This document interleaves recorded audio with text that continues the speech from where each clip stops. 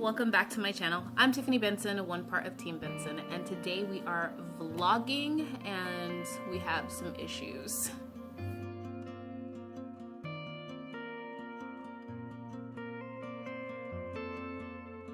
Guys, just a reminder, don't forget, make sure you guys subscribe to the channel because we have our 10K giveaway and tell a friend. And if you end up liking the video, hit a thumbs up because that helps us with the algorithm. Also, you're going to want to go to Instagram and follow Mighty Crop so that way it enters you into the giveaway. Now, we are going to vlog today because I thought that there's a couple of issues that I've been having in my garden that I just kind of want to show you guys and kind of give you guys my thought process on how I'm going to go about kind of fixing things. Now, I think that the rats are back because I've had some things dug up and my cantaloupe was topped and so was my Armenian cucumber, which is really, really sad. My Armenian cucumber, if it's not completely eaten again today because it was just topped, and I think that it can grow a new lead. So if it's not destroyed again today, then I think that maybe I can, do something about it. I'm gonna go outside and look, and I'm gonna take you guys along with me. All right, guys, so yes, we have a rat. Oh, that's so gross, and I think it did destroy the watermelon plant too as well. But the other ones are fine, and hopefully, which let's go and try and see what else we got destroyed here. So that's not going to come back to life. That is the Armenian cucumber, so that's frustrating. That rat trap is fine, and then that rat trap looks like it got through it the first time, and then everything else is fine over here, and that rat trap is still baited.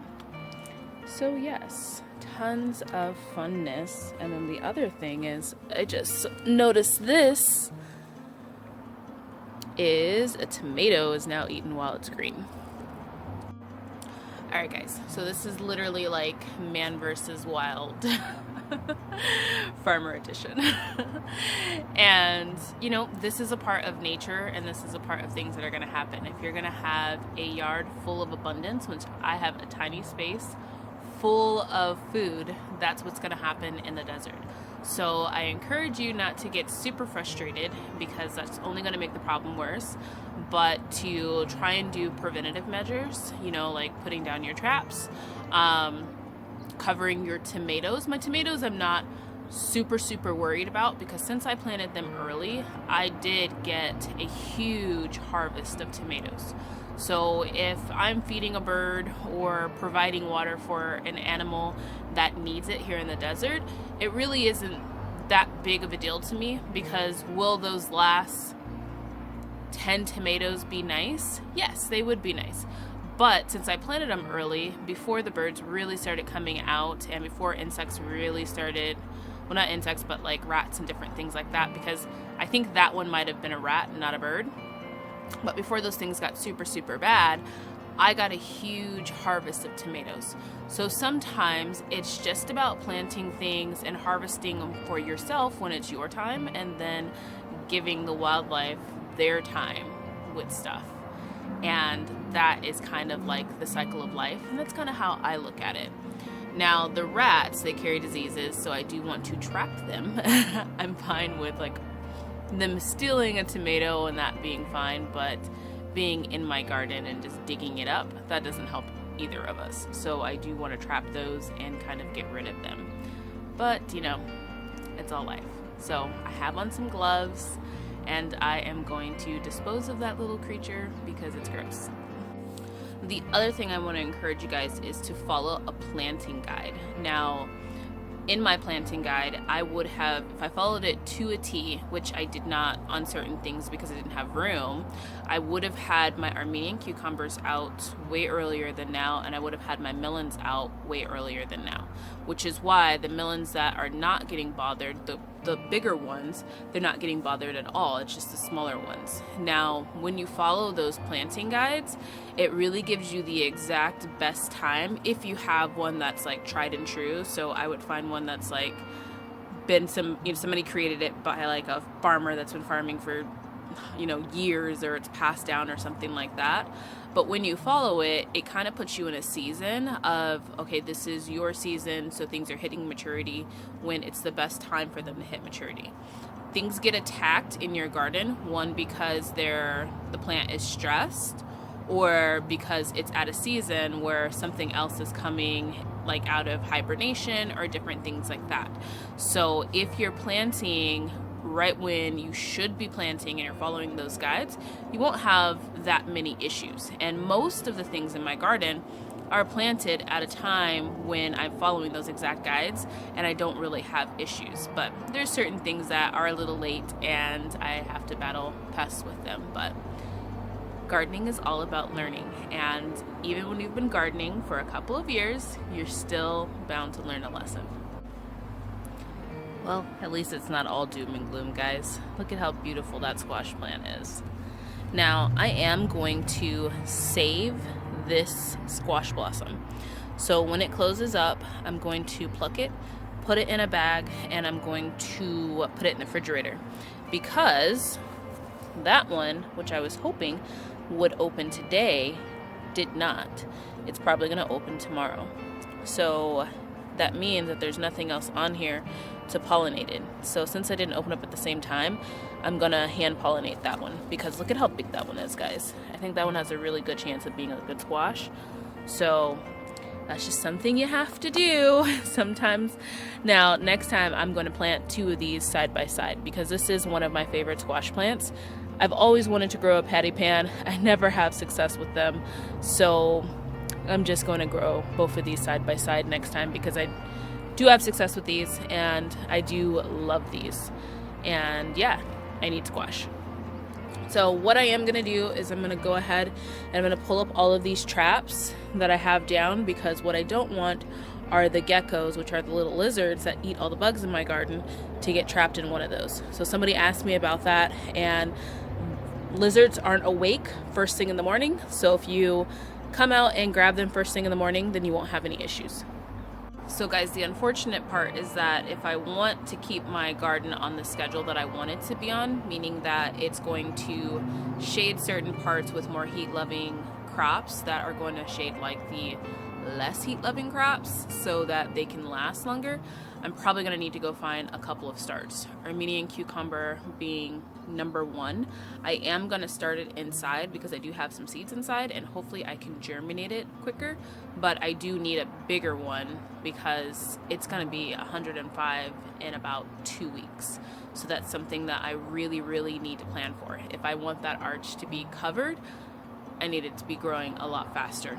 So I'm going to go see if I can find one. We're going to go to Home Depot, and then I know the nursery by me doesn't have one, so I think my best luck is going to be Home Depot. So we're going to go see if I can find one there. I am going to start another Crimson watermelon inside, because I was thinking, since those ones are small ones, and I originally placed the cantaloupe with the Crimson watermelon that I had inside because that one was eaten by the rats, I'm going to see if I can find some more of those, because I know they do have starts for those ones. Those ones are kind of popular in Arizona. So even though I have seeds, I'm going to get like at least 1 or 2 starts, and then I will plant some seeds inside. I'm also thinking, would you guys tell me what you think about this, planting a cantaloupe in here?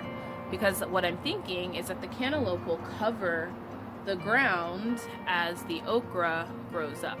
So you guys tell me what you think about that. Tell me if you think that it's a good idea, but I think I'm going to try that. So let's go to Home Depot.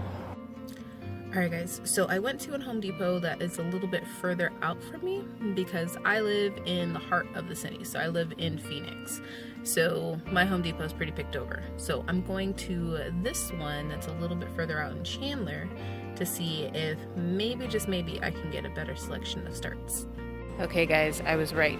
They have a way bigger selection than I do. Make sure that you guys are also making sure that when you're getting starts, they're starts that will grow in your area. Alright guys, so I was all excited because I was like, they have a huge selection, and then on closer inspection, they look terrible. But they did give me 50% off, so I got the best of the most terrible looking ones, which I did find 2 Armenian cucumbers, which would be perfect, and I found another watermelon and also another cantaloupe. So at like $1.50, I think it's worth the try, kind of just, you know, making them work. And I found this variegated one that was totally impulse buy, was not on sale because it was perfectly fine, but it looks so cool. It's a variegated pepper that I've never even seen or heard of, so there's that. Gotta love an impulse buy. So I am going to take these home and I'm going to try and baby them a little bit and not put them directly into the beds, because you guys know that I have like a little waiting period just to make sure there's no pests. But I'm gonna give these some fish fertilizer and see if I can get them to really kind of get going before putting them in the ground. Alright guys, so we're back, and this is what I meant by they were kind of looking a little terrible. So there's a lot in the pots. The worst are the Armenian cucumbers, the ones that I actually went there for. They're very leggy and they just haven't been really watering them. It was kind of like they were like, hey, let's go water today, and then they were like, no, let's not. So what my plan is to pick the best ones that look like they are the best of the best in here. So like this one, I'm gonna go ahead and just take out and leave this one, and I'll do that for these 2. And then I'm going to get my fish fertilizer.